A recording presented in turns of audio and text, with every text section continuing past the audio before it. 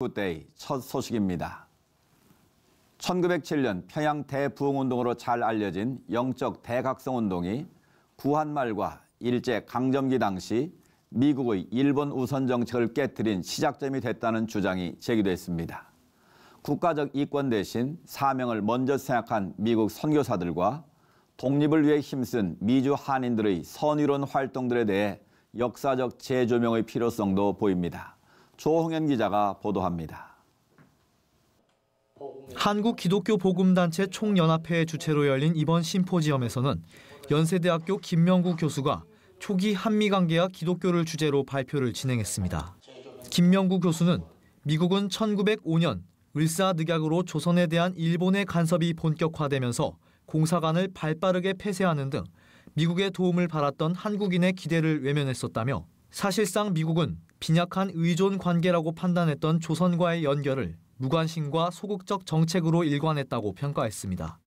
하지만 김 교수는 정치적 이권과는 상관없이 여러 미국 선교사들이 한반도의 영혼 구원에 집중했고 결정적으로 한국인들의 교회 부흥을 미국이 주목하기 시작했다고 밝혔습니다. 동북아 대외 정책적인 측면에서 일본의 이권 취득에 많은 편을 들어줬던 미국이 1907년 평양에서 일어난 영적 대각성 운동을 보고 조선인에 대한 생각을 바꾸기 시작했다는 것입니다.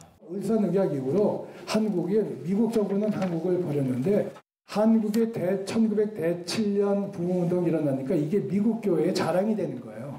한국 교회를 보러 오면서 조그만 교회에 5-6천 명이 들어가서 예배를 드리고 거기 통성으로 기도하고 열정적으로 기도하는 그런 모습에 사도적인 그리스도 예수교가 살아났다.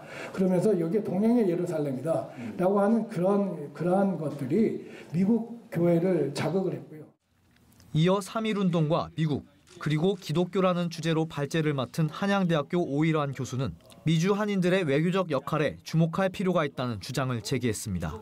오 교수는 이승만과 박용만, 안창호 등 특정 인사들의 모습들만 우리가 기억하고 배우고 있어 미주 한인의 독립을 위한 선의로운 외교 활동이 많이 왜곡됐다며 상해와 간도 등에서 활동한 독립투사들뿐 아니라 미주 등지에서 활동했던 해외 기독 한인의 역할도 재조명해야 한다고 밝혔습니다. 특히 대미 외교 활동에 있어서는 우리가 대한인 국민회라든지 한국 친우회라든지 구미 지원부 이런 여러 가지를 보면요, 거의 지도자들은 대개가 다 기독교인이라고 하는 사실입니다. 이 기독교 인사들의 그 영향력이 대미 외교 활동 그리고 선전 활동에 결정적인 역할을 했던 것으로 그렇게 보입니다.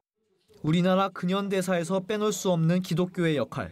그러나 점차 학교 교과서에서도 관련 내용이 다뤄지지 않고 있어 이에 대한 개선과 재확인이 필요하다는 주장이 이어지고 있습니다. 시채널 뉴스 조홍현입니다.